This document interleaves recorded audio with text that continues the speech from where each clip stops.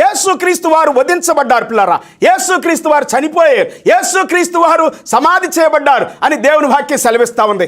యేసుక్రీస్తు ప్రేమించాడు మనల్ని. ఆయన ప్రేమ మన హృదయాలు నింపుతూ ఉంది. ఆయన ప్రేమ ఆయన ఇవ్వటం ద్వారా ఆయన తను తాను అర్పించుకున్నాడు, బలియాగముగా అర్పించుకున్నాడు పిల్లరా. మన కోసం తను తాను ఇచ్చేసాడు.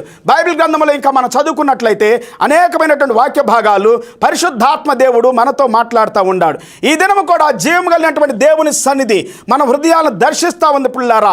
మార్కు సువార్త 9వ అధ్యాయము 31వ వచనం సెలవిస్తూ ఉంది. ఏలయనగా ఆయన తన శిష్యులకు బోధించుచు మనుష్య కుమారుడు మనుషుల చేతికి అప్పగించబడుచు ఉన్నాడు, వారు ఆయనను చంపెదరు, చంపబడిన 3 దినములకు ఆయన లేచునని వారితో చెప్పెను. Mark chapter 9 verse 31. He told already about himself. The Son of Man is delivered unto the hands of men, and they